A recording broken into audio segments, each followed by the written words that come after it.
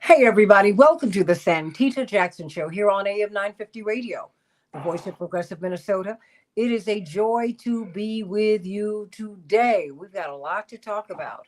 Will Rahm run for president or not? For those of you who are uninitiated, that Rahm Emanuel, yes, the Rahm Emanuel who was mayor of Chicago, who really couldn't run again because of a cover up of the killing of a young black teenager, Laquan McDonald, by the Chicago police. And his killing was covered up to ensure or assure that he'd be able to become mayor again. He was in the midst of a re-election. And once that was revealed, it deep sixed his political ambitions, at least temporarily. But he has been brought back. It's very interesting. We want to talk about that. When they said, okay, we're going to make him the ambassador to Japan, people in Chicago cried out, please don't do this. No, not please don't do this. Do not do this because we know him. Okay. Not only did he become the ambassador to Japan, he really became the ambassador to all of Asia. They gave him a global portfolio. Now he's back. He's on CNN. He has a column with the Washington Post. And you see him weighing in everywhere at the Chicago Economic Club and all over the place, testing out a message, testing out a message on really, we wondered if he was going to be appointed senator.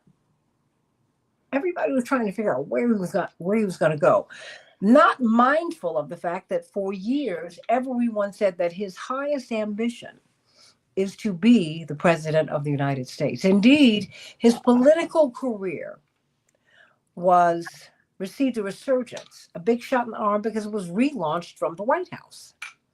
And he was able to become mayor because President Obama gave him the tap of his approval, that seal. And boy, oh boy, oh boy, Black Chicago rallied around him, and Black Chicago came to regret it profoundly. He came here and he closed schools in the Black neighborhoods. Some people have said the schools were underpopulated, but nothing was done to make those communities right. Okay, that's what we had heard was going to happen.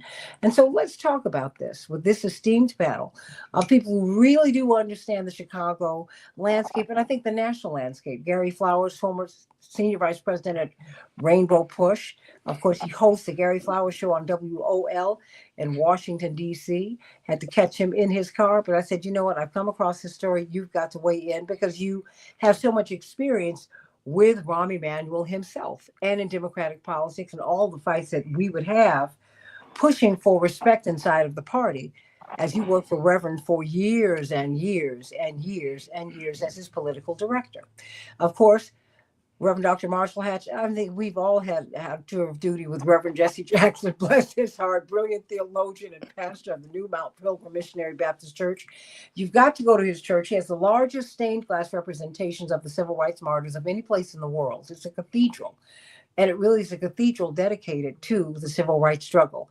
You don't want to miss it. Of course, he's the founder of the Ma'afa Redemption Project, which his son is running. And they're such a magnificent family of servants and really dedicated and educated theologians. Of course, the brilliant T.O. Hardeman. Where's that book, T.O.?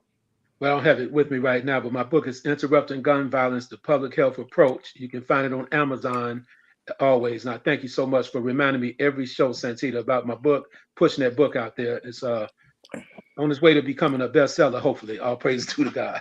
That's all right. And that's why we push it. And of course, you're on WVON every Sunday from 6 to 7 a.m. Central Standard Time. And of course, we're on Keep Hope Alive with Reverend Jesse Jackson on the iHeartRadio network from 7 to 9 Central Standard Time, 8 to 10 a.m. Eastern Standard Time. All right, let's get to it, everybody. I'm on Blue Sky, santitajackson.bsky.social. I'm on X at Santita J, the Santita Jackson Show as well, but go to at Santita J, and the Santita Jackson and Friends Facebook page. That's the only page where I can get friends. Please, they're kicking everybody off on these other pages. I need you to come to Santita Jackson and Friends. Please, please, please. Like and share, thumbs up, thumbs up. And now meet us on the Santita Jackson Show YouTube channel and like and share this show. What about Rahm Emanuel? Let me start with you. Gary Flowers.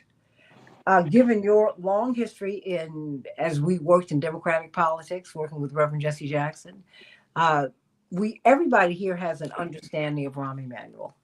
You know, we related to him in some way or another, and we watching him be rehabilitated, um, with no mention of Laquan McDonald. I remember the hearings for him to become the ambassador to Japan. You know, Yeah. that was raised and then quickly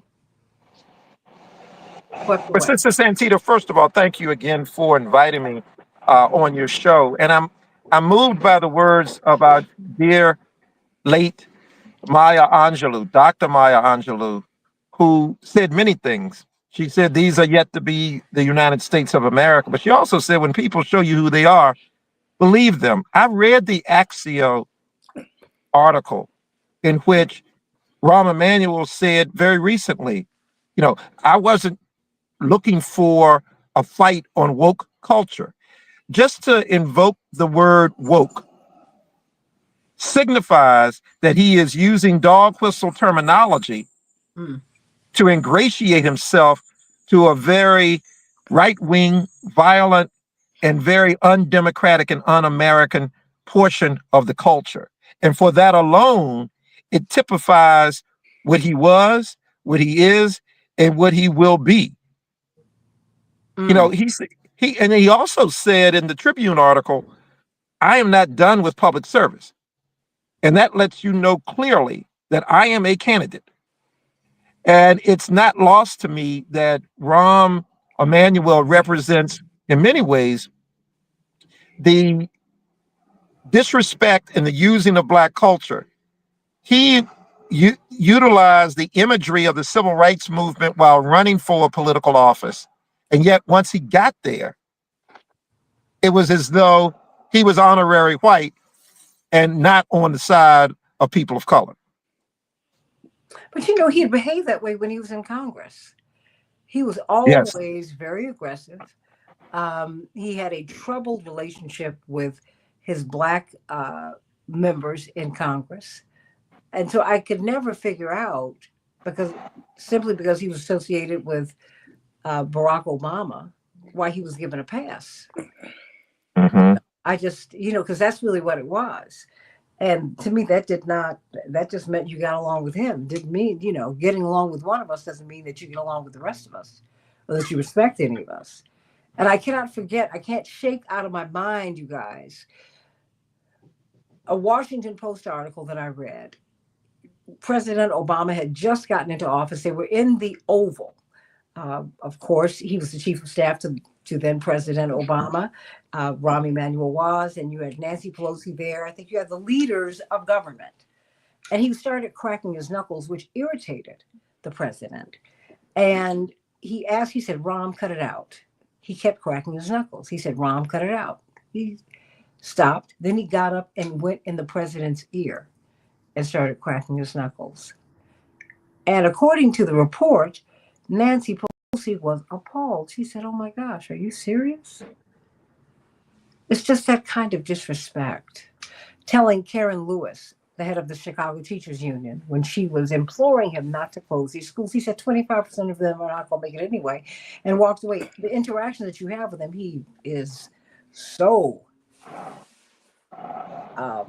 disrespectful.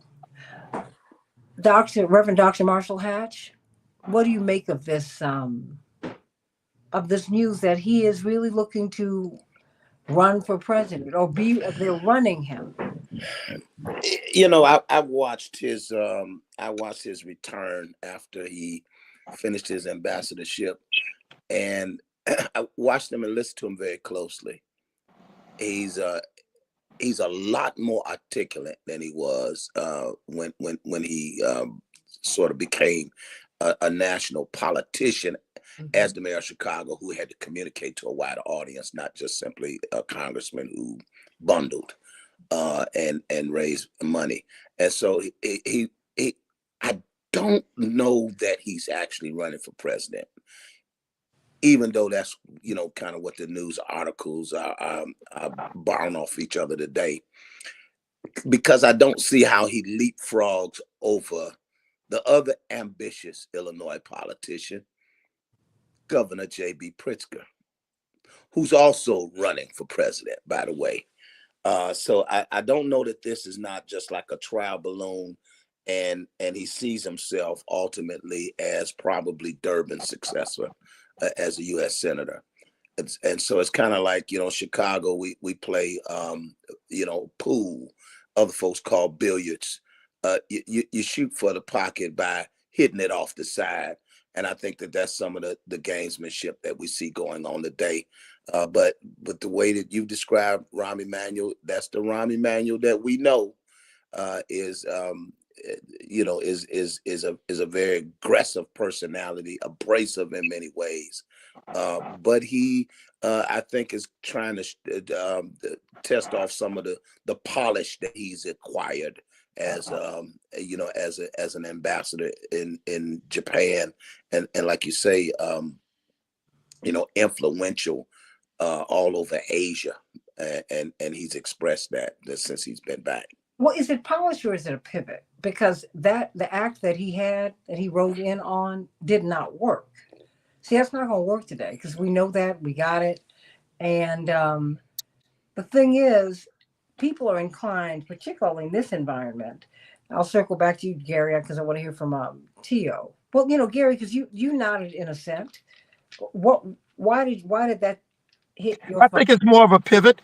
I think you're pointed on that, in that probably his handlers have said to him, "Look, Rahm, you cannot come as raw as you did before. Polish the rounded edges, round off the edges, and present yourself in a new way that you are not the old Rahm." But nonetheless, he is who he is, and I think that he's incapable of that sort of finishing nature that is needed to be a national politician. In any event, the president of the United States. Tio Hardiman, what's your take? Yeah, it's an honor to be here with Dr. Hatch as well. I consider him one of my pastors, all the time. Yeah. And what's going on with Rahm Emanuel, he has a lot of heart, if you ask me. I mean, if Donald Trump can become the president, Rahm Emanuel, with all the issues he had with Laquan McDonald, I have to give him credit where it's due for the willingness to run, but I don't know how he's going to overcome that hurdle of what happened with Laquan McDonald. Myself, Reverend Livingston, Pastor Hatch, Dr. Ackery, we shut down Lakeshore Drive, to make sure that he got the message loud and clear that the Black community is not going to accept him by covering up a homicide. Don't get me wrong, the Black community is a little bit more forgiving than they should for some people. When it comes to some people, we're more forgiving. So I don't know if that's going to play a real strong role in his efforts to become the U.S. Senator or the president, but he has a lot of heart. I have to say that because, some of us that have a few little issues in our past, they're not as forgiving as other people. So if Rahm is forgiven, I wish him the best. If the community is willing to forgive him, and if he's willing to just come straight out and say, look, and don't get me wrong, I know Rahm pretty good. When Rahm first ran for mayor, I'm the guy that took him around Inglewood and the west side of Chicago. People don't know that. So I'm not really against Rahm. They say a lot of times you're not against the sinner, you're against the sin. And I have to say this, I'm not a pastor, but a sin was committed against Laquan McDonald. There's no doubt about it. But Brother Tio, if I may add to that. It's not just Laquan. I mean, this is someone who sent dead rodents to his opponents when he was in Congress. And it's not just Laquan. Laquan was like, we were going down the rabbit hole, if you will. He did much, but it's about more than Laquan. No, it's bigger than Brother Tio. Yes, sir. Brother Tio, I mean, I want to take one issue. I don't think that it is just heart. I think it is entitlement. I think he has a chosen one complex. I think that he is entitled. I think that he doesn't look at the world as one that he has to be gentle, compassionate, considerate, or in any other ways what we would consider godly principles. I think he operates on sheer brazen entitlement. This is mine. Get out of my way. Right. I got you. Let me say this quickly, Santita. Now, let's say, hypothetically speaking, let's say he gets the Democratic nomination to run for president, hypothetically. That's another example of the Democratic Party's unwillingness to reinvent themselves. they're going to grab somebody. If that happens, they're going to grab somebody that has a real, he has a checkered past. I'm talking about not necessarily breaking the law per se, but like say when he was in Congress, closing the schools in Chicago and in Laquan Down. I just bring it up again just for the record. There were a lot of other issues as well. So, but he had a lot of good things he accomplished as well, some good deeds. But how do we weigh it out? But the Black community, once again, is forgiven. What So, did he? No. I don't think the Black folks forgive. I no? think that no. I think that we are wonderful, forgiving people, but we're an excusing people. Forgiving people are at peace. We're not at peace. That's a good way to put it in that perspective. More like excuses. We make excuses. We make excuses for you. Yes. Because we beat each other down, Pastor Hatch. What we will do is give white people a pass and kick Black folks in the ASS. That's what and I'm talking honorary about. white people. Yeah. So no. So that. No. So no. Because where there's too much pain in our community that comes out from me, because I keep hearing that we're forgiving people. I'm like, no, we're excusing people. We give some people a pass, we kick some other people in the. So that's what I see with him. He's got his brother who's got Black Hollywood tied up, Ari Emanuel. Then he's got another brother, Ezekiel. Y'all don't sleep on him. He helped write ACA. And while he was writing it, he wrote an op-ed piece in which it said why you didn't need to live past 75. Because you lived out your life. You didn't deserve it. I don't know how people forget these things. Yeah. And then what his father said about Palestinians. Horrifying. He had to apologize for it at the beginning of the Obama presidency. He has said some horrible things. And this is someone who's fought in a foreign army. Come on, y'all. Yeah. And you're going to be president of these United States? Where are your loyalties? What? I think his loyalties are to Zionism. Yeah, I just don't think the presidential piece is the play. I think that, he's going to enjoy the, the limelight that he's been able to get because he's doing the talk show circuit. And one of the shows, I don't remember the one, but it was somebody suggested you should run for president. And so then that piece kind of went out there. But I don't know, here in Illinois, how does he leapfrog J.B. Pritzker, who's clearly, I think, running for president? You remember Monty Hall? Let's make a deal. Let's make a deal. Let's make a deal. That's politics. And what he will do, there are 49 other states and a few other territories. They have already worked it out. He has come in. He has already said, I'm going to endorse him. I am going to endorse JB. They've worked out the deal, whatever it is.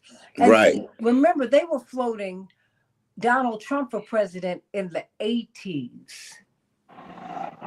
He became, because I've been following his public career. In the late 70s, you heard about this developer in New York. Okay, that's lovely. And he had this beautiful wife. Okay. Then they had these beautiful blonde children. Fabulous. And he would be on Oprah's show when she first went into syndication. And they would ask him, would you run for president? I'm like, why are they asking someone who builds buildings in New York whether he wants to run for president? Why? By what authority? While you sitting up here questioning Reverend Jackson, who has rescued people from all over the world, who has a portfolio. No. You ask it. No. Reagan was the best example. Pastor Hatch, Theo Hardeman, Gary Flowers, they took a B-list actor. They gave him a corporate job. They made him head of the Screen Actors Guild. So he had some of those credentials. Then they made him a corporate spokesman, got him a wonderful house, set him and his wife and their 2 children up lovely. And they put him on the speaker circuit and they polished up his stump speech. Then they tried to run him for president. It was too soon. So then they made him governor. Yeah, made him governor. Yeah, I said it. That's what they did. Then they started trying to run him for president. He was frightening people. You remember that, Pastor Hatch, Theo Hardeman, Gary Flowers, because he was so far to the right. We all remember, well, we don't remember, but we certainly have read about and have heard about the awful things that he did to the Black Panthers out in California. He shut them down. He was going to show these rabble rousing Negroes, just who was who and who was in charge. He did that. And So that was and his, he bent the Second Amendment in opposition to the Panthers hello. Yes, in he did. in Sacramento. Yeah.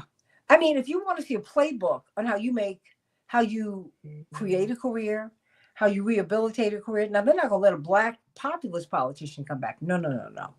But him, and I mean, at some point, I'm like, where is your, what did you call it? Mom, my parents call it an insult level, but my father calls it something else, Gary. What's that? That some people do not have a dignity deficit disorder. They got one. They They have a got dignity things. deficit. Yes. Mhm. No, no, no. You brought it up the other day. You said, wait a minute. Because at some point that you can't see. I saw Ice Cube read Bill Maher, who I like personally. He's been very supportive of Reverend. Like him. Don't like a lot of his politics, but I like him. And he said, he kind of gave him a very gentle read, but it was a firm one on his show. He said, there's some things you come awfully close to the line of using the N word. He said, yeah, yeah, yeah, yeah, yeah. He said, no, no, no, no, no, no. He said, basically, just because you have black girlfriends, just because you sleep black, doesn't mean you can say that. And some people become black adjacent, get either black friends, or they become responsible for giving you a black president and all that. And they think they can say and do anything to you. That's a fact. I just think that we forget. I mean, Laquan McDonald, T.O., that was a tragedy and it was a horror. But what he said to Karen about our children, dismissively, contemptuously saying 25% of them won't make it anyway. Huh? Yeah. Mhm. Wait. No, the insults. Wait. Well, they're not going. Your children ain't gonna make it anyway. So what he told? Girl, get out of my face, please. Right. That's how she conveyed that conversation to us. Now I'm saying, when are you gonna get insulted? What can he say to you that can make that right? There's nothing he can say. I mean, my thing, when I talk about the hurdle he would have to overcome, not just with Laquan, but for example, he would have to just become very honest about what happened, because he's going to be questioned about that all over the place, whether it's U.S. Senate or the president's office. People are going to continue to bring it up. So he's going to have to go back in time and find an answer that's going to really pretty much, like where the people might understand it somewhat. I just want to get the language right. Now, the only populist black candidate that I know of that made a comeback was Marion Barry out of Washington, D.C. Now, But he you broke want the to, law in but another no, but in a do you different want to know crime why he category. made the comeback? Because Yeah. he didn't even come back. He never really left. He We were never so left. angry. He could run from the Right. grave He today. could have That's run from right. That's prison. right. He could have run Yes, from indeed. prison. My Yeah, because he girlfriend was never made that in right. cabinet. My But girlfriend here's was the in the thing, though, brother cabinet. And Theo. What okay, differentiates Rahm and Marion Barry, as you oh, just brought up, is that Marion Barry delivered for the people. He had a yes, Yes. summer jobs program. He made DC into a bona fide national capital. He Yes, he did. delivered for the masses. Rahm Emanuel has never delivered for any masses, and so not I our take masses. umbrage. Women, not our Understood. masses. Because what Yes, he did was he created the black entrepreneurial class in Washington. yes, And he produced a lot of black millionaires as well. I did some the research on him. most, That's the the most most. There ever. you go. Yeah, but Rahm has an uphill battle no matter what, U.S. Senate or whatever the case may be. And I say that based on the perceptions of Rahm Emanuel. I don't think he can talk himself out of some of his past issues. That's just my insight when it comes to Rahm, the resurgence of Rahm wanting to run for any office. That means that he's stepping on the people once again, from my point of view. And what I mean by stepping on the people, what he's saying, I'm going to run again and forget about what I did in the past. Just forget about it. This is a new Rahm. Let me run. Take me for who I am now, in other words. I just I can see how he can be explained away. But see, Hmm. this to me, when you look at the Democrats, Gary, Pastor Hatch, and Teal Hardeman, it's the disrespect. Right. To me, this is so disrespectful. And I don't understand how we could even take this, because see, I hear where he's going with his pitch, because he's hitting us on the trans thing, right? Politics, and he's gonna pick up, he can pick up some black folks on, get out of the locker rooms, we need some jobs. I got it. I got it. The wedge issues. Yeah. But those are an important part of trying to figure out where the pathway forward goes, though. I mean, in democratic politics, I think that, there's a consensus emerging that the far left, especially on the social issues, Hmm. have become an albatross for the Democrats. The commercial that's going to be considered brilliant, agree or disagree, is going to be she's for them and they, and I'm for you. And so, it's like there's going to have to be some conversation had in the Democratic Party about the pathway forward. And I think Rahm clearly is going to be a part of the folks saying, tack to the right, whatever that is. And that's where he's kind of positioning himself to be. But we got some important and critical task about trying to develop a path forward for African Americans. And we're in a place now that it's just going to be very difficult.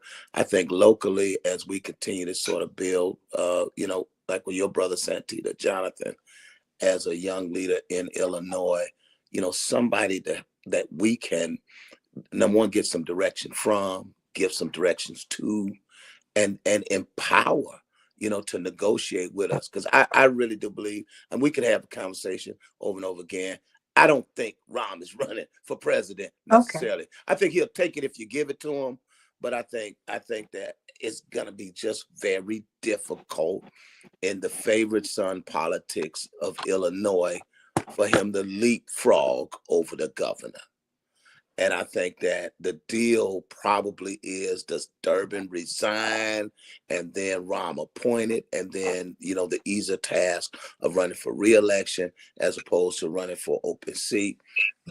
There's a lot of deal making going on. Yeah. And Rahm basically has come back and put himself in the mix, and so I think that the presidential thing, it just takes him to the kind of level where he becomes, again, a national politician in the conversation. But my young people designed the third stained glass window in our church. That was $100,000 project. Laquan McDonald's image is in our stained glass window. I mean, he's not going to be forgotten. And 16 shots and a cover up. That went so deep in the grassroots. Rahm could not run again when he was looking to run for mayor of Chicago. So he's got some incredible hurdles. But our straights are so desperate. I think Tito represents, sort of some of that clear thinking of where people are at the grassroots level. Between Rahm and Trump, That's what not I'm that saying. Trump I'm could run listening. again, but I'm saying between Rahm and JD Vance, I mean, I think we've seen what happens when we expect perfect candidates. And so, I just think that he's running for the Senate. That's the bottom line. This is what he said. I am done, quote, I am done with the discussion of locker rooms. I am done with the discussion of bathrooms. And we better start having a conversation about the classrooms. And yeah. I'm saying, says a man who closed 50 schools. I'm saying if we fall for that, and he's referencing a new study that shows that more than 2/3 of eighth graders cannot read at grade level. And I'm saying the insult level, where is it? See, because let me tell you something. You want to run Brandon. You want to tell me, not you, but we want to say that Brandon Johnson is not enough for black people with what Rahm Emanuel did.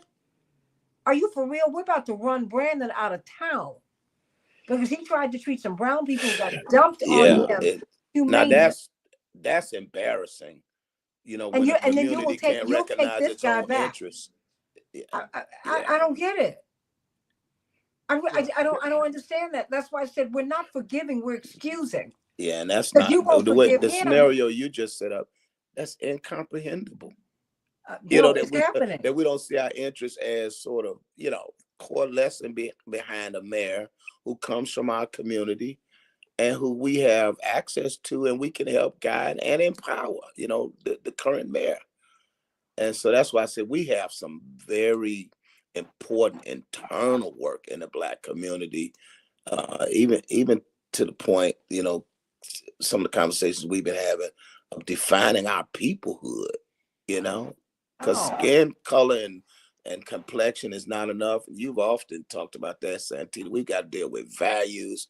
We've got to deal with the best of who we are in terms of the the values and the virtues that have come out of our struggle mhm. from our ancestors, and defining who we are and what we stand for. You Well, know, yeah, go ahead. I'm sorry. no. Please continue, because I'm trying to find out. Like, wait a minute. I just, and you know, I'm all about forgiveness, but forgiveness for what? I mean, you need to ask. You need to, number one, confess what you did wrong, and then ask me, and then show me that you want to go another way. I mean, it's just like a presidential pardon. The big deal about that is, number one, you have to accept guilt. So all these folks who got all these pardons, what were y'all guilty of? Would someone please tell me? We haven't even asked that question. But if I ask the question, then I'm not a good Democrat, and Democrats want to run me out of town. Right. I mean, what? And then I got to get some snide remarks about my brother going to jail. My mother said he was going to go to jail. Said, because you're too much for the people. And the moose heads that they want to talk about, Gary, they never wanted them back. They don't want the money. The thing is this, everybody, when you run for office, all the money you raise that you do not spend goes to the candidate. That's part of their retirement fund. That's true. Okay. Well, That means Santita, I'm just putting it out there, and I'm not making a case for my brother. He's going to be fine. You got a lot of other people who need a case made for them. What I'm saying is, this is someone who looked this woman who was a fierce advocate for not just for Black children, but for all children who are living under the boot of oppression. And he looked at her with such contempt, and she said, and then he walked away. He walked away. He said dismissively, arrogantly, 25% of them, T.O., will not make it. He was saying that to you. yeah, I recall. But let me say this. No. I'm saying he was saying that to you as a little boy. Oh yeah, definitely. He was saying that to you. He was saying that to all of us. To my grandchildren. So everybody, yeah.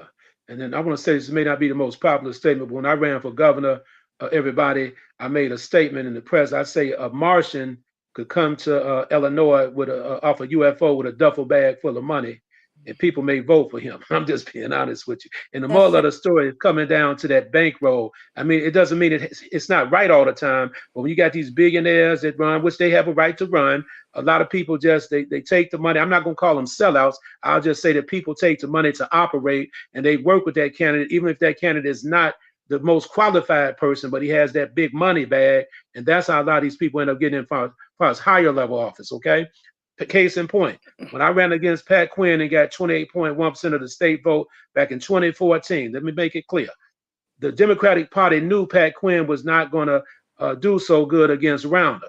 Now I'm a guy, I grew up in poverty from the west side, south side Chicago. I made it all the way and ran against Quinn, who was really like a lame duck governor at the time. I mean, that's what the people said in the press. Now, Rounder was a billionaire. Imagine how God works, providing I would have won that Democratic primary and went against a billionaire, a brother that grew up in poverty against a billionaire.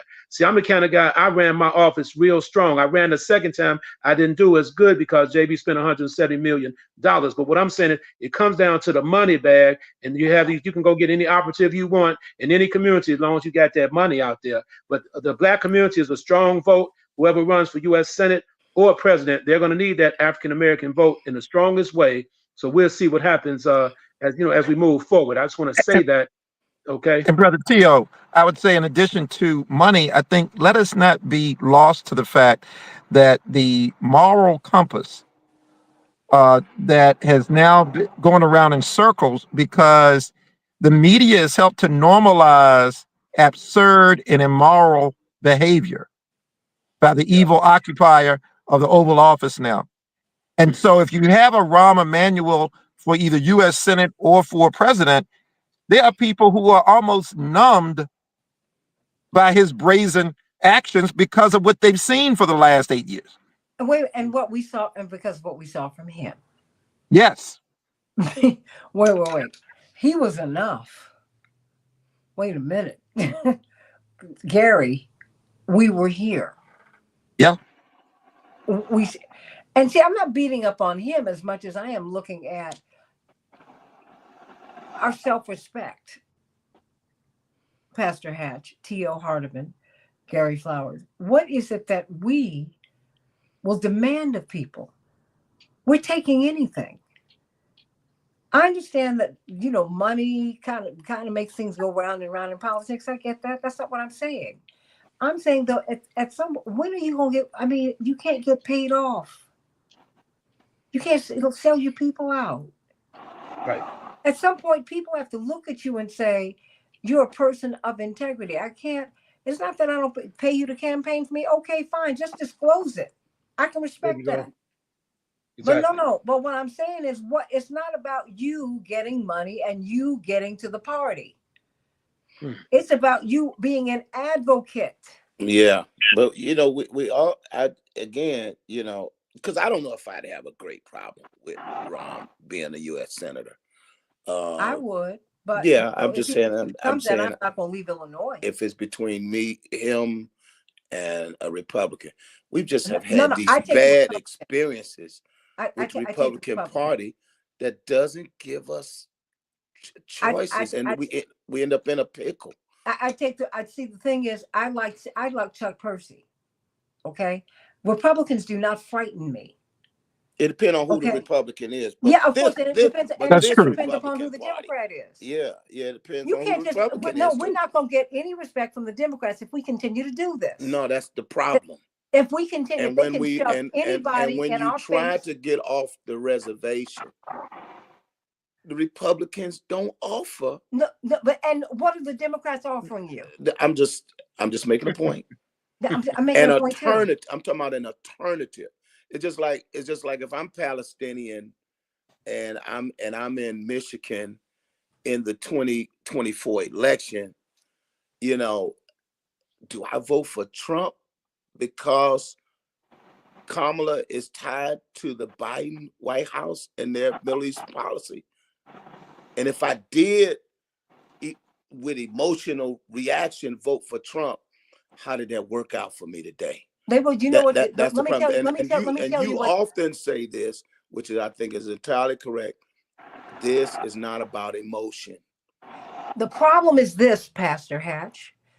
Her husband was running a parallel campaign assuring the Jewish community that nothing would change. Exactly. No. So what I'm saying is, what you're saying to Palestinians, they were in a pickle. A pickle. And they said, wait a minute.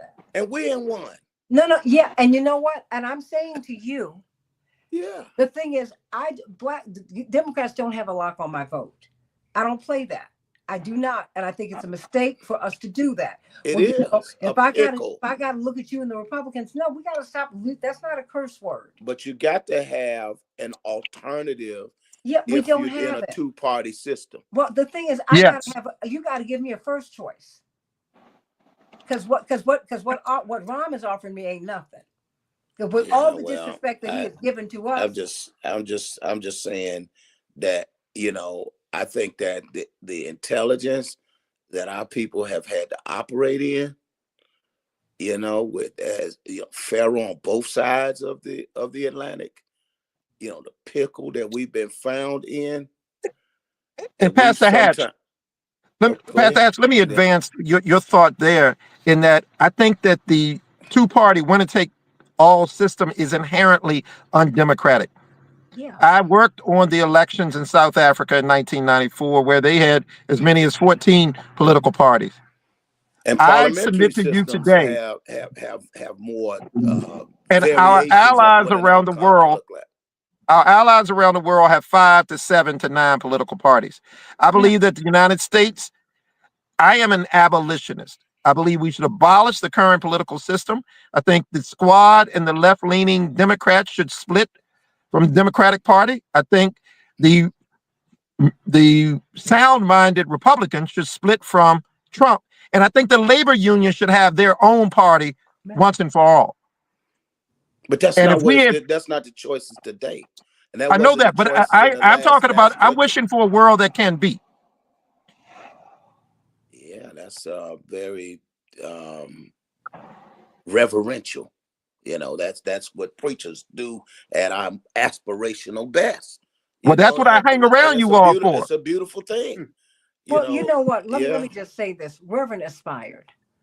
But he did not aspire to put black folks on a plantation. I'm telling you this right now, because I saw that camp, I saw the presidential No, campaign birthed in my no, house. nobody That was wants to be on a no, no, no, no, plantation no, in their but no, right no, no, mind. no, no, no, because I know after you finish running, some of these people who we put in place, they ran on a plantation and they locked everybody else out. Reverend didn't get a seat at the convention from 2004 to 2024 until it was a seat in his wheelchair. I was there with him No, no, no, no. in Los Angeles. Well, I'm saying from California, from the 2000 convention until 2024, he did not have a place to sit down until he was in his wheelchair. And I'm saying I was there when he worked tirelessly for the ticket in 2000, and they wouldn't even give us a prime time speaking role, but no, and but brought in Carolyn Kennedy. I was I hear there you, with the I hear you, disrespect. but what I'm saying something else.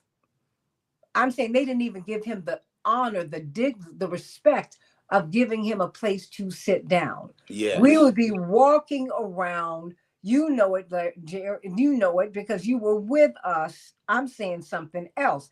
Forget a primetime speech. They can give it. They can have it.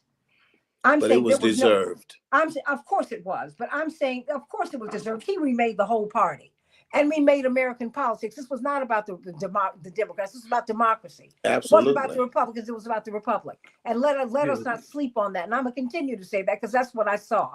We were locked out of the Republican Party. We couldn't run and be with Reagan. But we lived under a plantation system under Richard Daley, the daddy. Exactly. I mean, I don't put my faith in the son. Look, his son was better because what his son walked in and did was try to talk to his father's enemies, and he tried to do a reset. I can appreciate that, but what I'm saying to you is when I look at what Rahm Emanuel has done, that's why I made the point that Reverend, not just in L.A., these folks who he put in place wouldn't give him a place to sit. Gary was there. I was. Okay. The best we could get was a primetime speaking role in 2004 when I was deputy chair of the convention committee. I'm just simply saying I got it, and I'm being respectful. You know, I respect you and love you, Pastor Judge. But I'm like, look, I am saying that what we've got, if we do not, we cannot take anything. The Democratic Party is not God; it's just a party. Yeah. And if we were maturing, like Gary said, you would have many parties. And let me tell you, these kids are going to push for that. We might not, because I can't see it. I can't understand. These kids are not even signing on to this madness that we got here. Because it ain't That's right. It ain't working. That's right. If you talk to these kids, if you talk to the kids from If Not Now, if you talk to the kids from all these different groups, they want a whole different system. They're going to get it. That's right. Ask the thousands of people who are meeting Bernie Sanders everywhere he goes. Absolutely. Exactly. All around the country. People are not, so of course, Rahm has changed his tune. He's sounding like, oh yeah, I don't want to talk about trans. I don't want to talk about this, but I want to talk about, you know what? Save it. Well, Santita, let me say this. I've been in Chicago, throughout my life, all my life actually, but I've traveled across the United States and I've traveled internationally. from the 70s, 80s, 90s, 2000, 2010, 2020, which we're in now, 2025, the conditions in the African American community nationwide, Memphis, Baltimore, Detroit, St. Louis, Chicago for sure, just to name a few cities, Watts, Compton, have not really changed Of when course it not. comes down to the economy in the African American community. I'm talking about abandoned storefronts all over the place, dilapidated buildings everywhere. We don't, I mean, it's a long list of, like some issues in our community. So no matter who we vote for, I haven't seen it really trickle down to the grassroots as far as economic development on the highest level possible. Because even when I ran for governor, let's say this quickly, It my stopped plan in was 2008. Let me right, tell you but something, because right. because hold on, let me say this. Wait a minute, because Hmm. Jesse Right. Jackson delivered for you and created Okay. more black millionaires. No, because we moved from civil rights to civil rights. Well, That's what Reverend Leon well, Sullivan out of Philadelphia, what I'm, Pennsylvania told. No, I'm giving you some history. Wait a minute, because no, I'm giving it to you all right, because you come on need with to it. know this. Right. Because he would talk to Dr. King and he said, Reverend, hey, we can sit at Woolworths now, but if we don't have the jobs so I can buy the soda at the counter and get the hamburger, we're missing something. We got to move from civil rights to civil rights. So he bumps into this kid who he had known from college in Chicago, who was at the University of Chicago getting his master's in divinity. University of Chicago is significant because it is the center of economic thought for the Western world. They have more Nobel laureates in it than economics than any university in the country. Okay. So As a they matter called of him fact, they called him the apostle of economics because what shocked Dr. King about Reverend was that he was trying to raise money one time. mhm, And my father was begging him. He was going to the airport because he was very, very down because he could not raise money to pay to meet payroll. Staff, yeah. He said, I need you, Doc. I've organized these ministers. I mean, these businessmen. Just stop. I promise you. I promise you, Jesse. Here you go again. He took him okay. to see Cirillo Maxwell and George Johnson and John Johnson, all these folks that he had been organizing and working with because he was selling Jet magazines because you had to buy Jet magazines like you bought Final Call, and he was organizing to get Jet On the magazines in trains. stores. Yeah. But Okay, let me so put he this out said, there. "Wait a minute." He said, "Wait, no, just hold on, because I'm just trying to give you this Okay. because our communities did not collapse; they were Come collapsed here, boy. because I agree with that. there was a time Yeah. when we were thriving, and you have to trace the crash. Yes. The crash did not happen on the watch of the civil rights movement. The crash happened after that, when we Yes. said we didn't need a civil rights movement because we have what we want now. We didn't have what we needed, but we had who we wanted. Can I get an amen, Gary? You got an Oh, amen no from me. doubt. And So Reverend Jackson presented Dr. King with a $35,000 check. He had never seen that money before in the South. yes. And then this is the thing. I know that history, and I agree with you, Santita. The crash took place really during the failed war on drugs after the civil rights movement. What happened in our communities, right? No. The Uh, money started flowing. The crash happened when everybody was kicking Dr. West and Tavis Smiley in the teeth. They were challenging Obama. We need you to do this, this, and this because we're beginning to have some problems. And we okay. said, shut up, leave him alone. We want to Mm-mm. keep him safe. I wanted to keep him safe And too. we didn't get But nothing. I That's would what I'm say, talking about. no, I And would say lost more wealth under We were Obama. I paralyzed would by pigment. Right. absolutely. There you go. But I would tell Santita Jackson. people, let me say this. Let me say this because I would say to people who I Yeah. knew would talk to him, please, because I hadn't talked to him. I said, let him know he will be out of the presidency longer than he's in it. Hmm. He should do some bold things. Let people protest so they can move him because I don't want them to say, I don't want them to talk about what he didn't do. Hmm. Because I don't want that for him in history. Now, I would say Mm-hmm. that.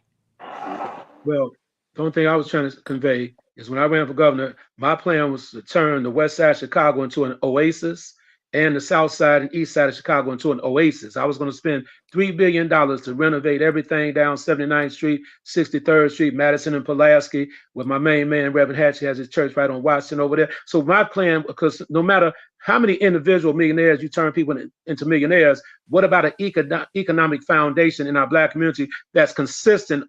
Every decade is consistent, and people are growing from that process. That's all I'm trying to say, Santita. That was my plan when I ran for governor.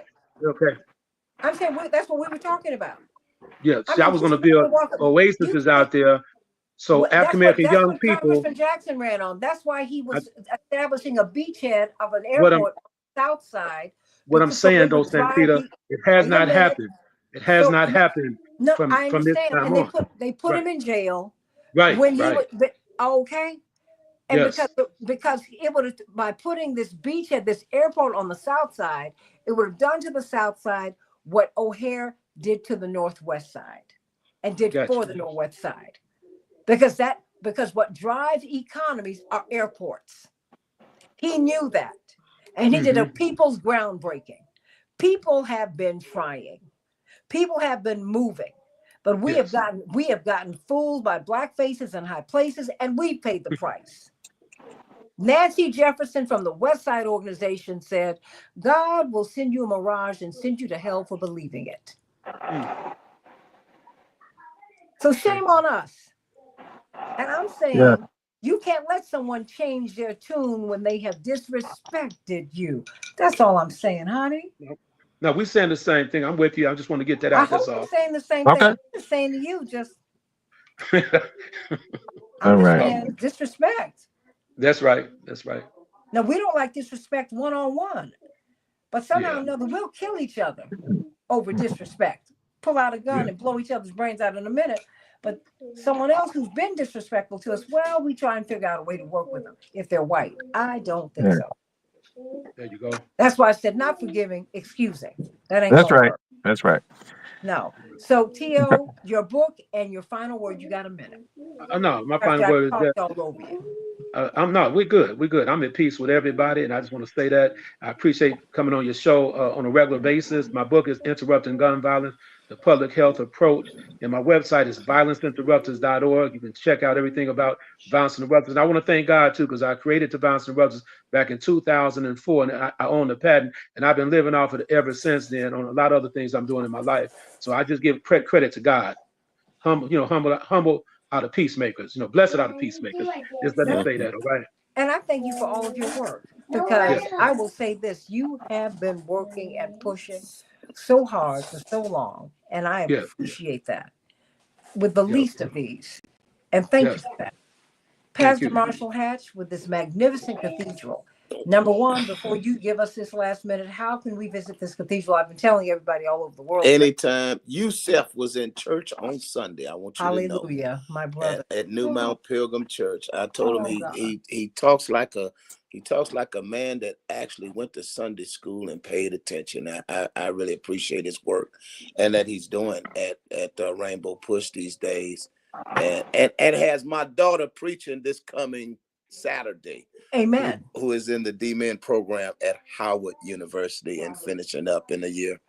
So we're in a straits, and I think that a show like this, anytime that we can come together and try to empower each other and figure out a way forward. I think that's what we're trying to do. And so, I appreciate, again, I mentioned Yusef's work at the Rainbow Push and these emerging young leaders, and I had a birthday yesterday, and I'm ready to push anybody. Happy birthday. Happy birthday. Yeah, my big 67, right? But I'm ready to push anybody that that the Lord raises up. So, and I think we're gonna, at some point, we're gonna be all right. We got some young leaders emerging, and we are going to have to continue to fight, continue to resist, and most of all, continue to organize people. And so that this is not the end, but the beginning of the discussion. And serve them. How about that? Absolutely. Because that's you got to serve people. serve somebody. Gary, and of course, you are on WVON every Sunday from 6 to 7 a.m. You got to remember that, T.O. That's right. WVON, WVON.com, everybody. Please listen to his show. Gary Flowers on WOLDC, WOLDC, The Gary Flowers Show. Your thoughts? And of course, you're here because although you're in D.C., you know, Pastor Hatch, you've worked with Gary Flowers for Oh, years. no doubt. Yes, indeed. We travel the highways and the byways of life, and I'll lift from Pastor Hatch that the Bible instructs us not to remove the ancient landmarks for which our mothers and fathers set, and those landmarks were very simple in this context of this show, and that is to turn to each other and not on each other. That we have to be in the institution building mindset once again. Politics is who gets what, When how and where. much, when, and where, and by whom. And we, as political beings, have to learn from the past. When Reverend Jackson and Dr. Ron Walters were in Gary, Indiana in 1972, Reverend Jackson said it's nation time. And it's nation time once again. And as we turn to each other, that muscle memory will come back to us. But we first have to give a damn. And many of our people have become despondent. We have to resurrect that fire in them. The And we dry can. bones. Yes. That's right. That's right. Uh-oh. Thank you, Santita, for the opportunity. Oh, look, I love you all. I love you all. And I thank God for you. And all of you are servants. All of you do the work. That's important. Everybody get registered to vote. And as these cuts come down the line, I need you to call 202-224-3121, 202-224-3121. That is Congress. Call them at the U.S. House of Representatives and the Senate and tell them that you want your Social Security. Tell them that you want your veterans benefits. Tell them that you want Medicaid, because if you don't have Medicaid, there will be no Medicare. That's Tell right. them if they're looking for waste, they need to go to the Pentagon first, because they have failed 7 consecutive audits. I heard a Republican from Tennessee, Senator Burchett, excuse me, Congressman Tim Burchett, he called them war pimps. I thought I was going to pass out. I'm going to have him on the show. Yes, I am. And Thank you, Santita. been talking to his office. Yeah. Look, I'm not beating up on anyone, and no one, Tio, for the record, is beyond redemption. That's right. But I do have an insult level. That's right. I got one. And there's some things that people need to know that you cannot say to me, you cannot do to me. I'm not feeling that.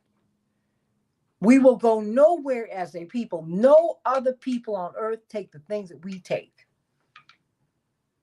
And until we have a red line or red lines that cannot be crossed, we're not going to go anywhere. We want to be liked. We need to be respected. There's some things that people ought to say, no, there's no compromise here, not with them. And that is, and you couldn't compromise with Frederick Douglass. No, you could bargain with him. You couldn't compromise with Dr. King. You could bargain with him. You can't compromise with Jesse Jackson. You could bargain with him. No, yo, some things have got to stop. That's right. You can't. That no. And Brother Malcolm said, "Dignity without compromise." Without compromise, you can't do that. So thank you. Do that. Some things, just have to be out the window. So I love you all. God bless you. Thank you so much, Santita. AM 950 Radio, the voice of progressive Minnesota, sending y'all much love.